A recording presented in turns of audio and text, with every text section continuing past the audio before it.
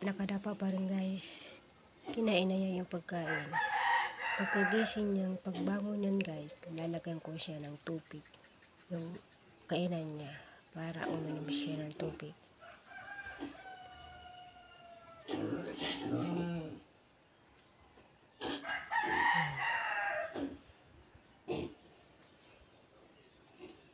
Kada 30 minutes ang pagkain nila.